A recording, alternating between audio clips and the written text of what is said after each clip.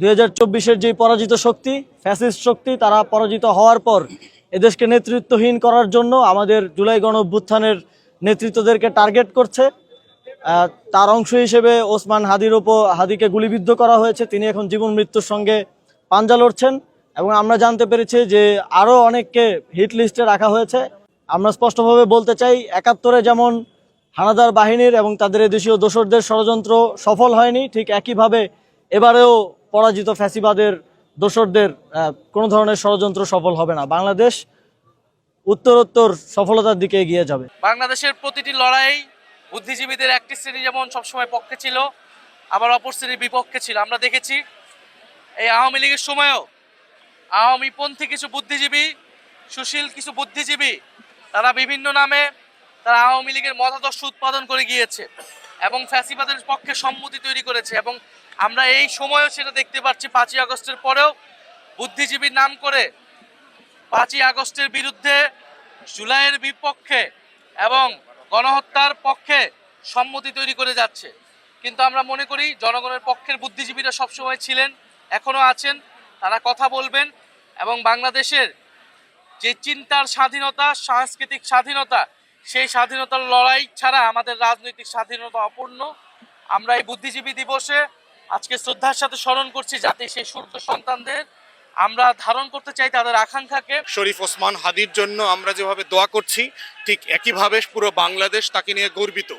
এরকম মুক্তির সন্তান যারা থাকে, আজাদির সন্তান থাকে, তারাই হচ্ছে পতাকার রিপ্লেসমেন্ট করে, রিজেম্বল করে। তারাই হচ্ছে একটা লাল সবুজের পতাকা। তাই সারা বাংলাদেশকে বলছি, আপনারা বিজয়ের মাসে শরীফ ওসমান হাদিকেই বাংলাদেশকে রিজেম্বল করে ফেলেন। আপনারা সবাই এক একজন ওসমান হাদি হয়ে যান। আপনারা সবাই আজাদির মূর্ত প্রতীক হয়ে যান। আপনারা সবাই স্বাধীন বাংলাদেশকে স্বাধীন রাখা, সার্বভৌমতা রাখার যে লড়াই, সেই লড়াইটা চালিয়ে যাবেন। এই বাংলাদেশে যেভাবে এই শহীদ বুদ্ধিজীবীদের হত্যা করা হয়েছে এবং 9 মাসব্যাপী যুদ্ধে প্রত্যক্ষভাবে যারা পাকিস্তানি বাহিনীকে হত্যা এবং লুটপাট ধর্ষণে সহযোগিতা করেছে, তাদের পরবর্তী যে গুপ্ত রাজনীতি, সেই গুপ্ত রাজনীতির একটি অংশেরই শিকার হলো আমাদের এই ওসমান হাদির উপর এই হামলা।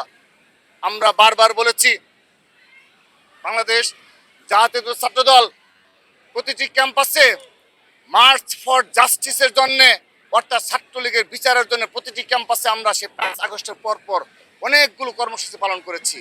কোনো একটি শিক্ষা প্রতিষ্ঠানে ছাত্রলীগের দোষরদের বিচারের আওতায় নিয়ে আসা যায়নি, কারণ প্রতিটি বিশ্ববিদ্যালয়ের, বাংলাদেশের অধিকাংশ বিশ্ববিদ্যালয়ের প্রশাসনে জামাতের প্রশাসন, বিসি সহ বিশ্ববিদ্যালয়ের প্রশাসন সরাসরি দখল করেছে, ইনক্লুডিং ঢাকা ইউনিভার্সিটি সহ বাংলাদেশের অধিকাংশ শিক্ষা প্রতিষ্ঠানে। যেহেতু এই ছাত্রলীগের সন্ত্রাসীদের বিচার না হওয়ার পেছনে সরাসরি তাদের দায় রয়েছে।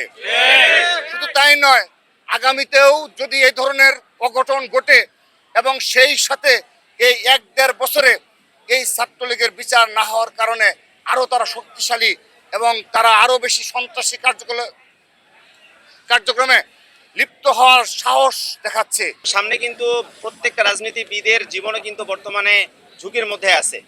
তো অন্তর্বর্তীকালীন সরকার গত 16 বছরে তাদের যে দায়িত্ব, জাতীয় নিরাপত্তা নিশ্চিত করা, বাংলাদেশের রাজনীতিবিদদের যে নিরাপত্তা আছে সেগুলোকে নিশ্চিত করা, সেটি তারা পূরণ করতে ব্যর্থ হয়েছে। এবং বর্তমান আইন শৃঙ্খলা পরিস্থিতির অবনতি যদি এরকম হতেই থাকে, তাহলে আসলে এই সরকার তাদের দিয়ে আসলে একটি সুষ্ঠু নির্বাচন এবং একটি নিরাপত্তা বেষ্টিত নির্বাচন আসলে কখনোই সম্ভব নয়। ওসমান হাদির উপরে গুলিবর্ষণ আমাদের রাষ্ট্রের জন্য একটি অশনি সংকেত। এবং সত্যি কথা বলতে, আগামী যে নির্বাচন, এই নির্বাচনকে বানচাল করার জন্য একটি দেশি বিদেশি ষড়যন্ত্র বলে আমরা মনে করছি। সেই জায়গা থেকে আমরা মনে করছি যে ওসমান হাদির উপরে গুলিবর্ষণের মাধ্যমে একটি ওয়ার্নিং, আসলে আমরা যারা এই দেশপ্রেমিক নাগরিক রয়েছি, আমরা যারা জুলাইয়ের সম্মুখ সারির যোদ্ধা রয়েছে, আমাদেরকে একটি ওয়ার্নিং দেওয়া হয়েছে, সেটি যে পক্ষ থেকেই হোক। আমরা মনে করছি যে ওসমান হাদি সিরিয়াল কিলিংয়েরই একটি অংশ।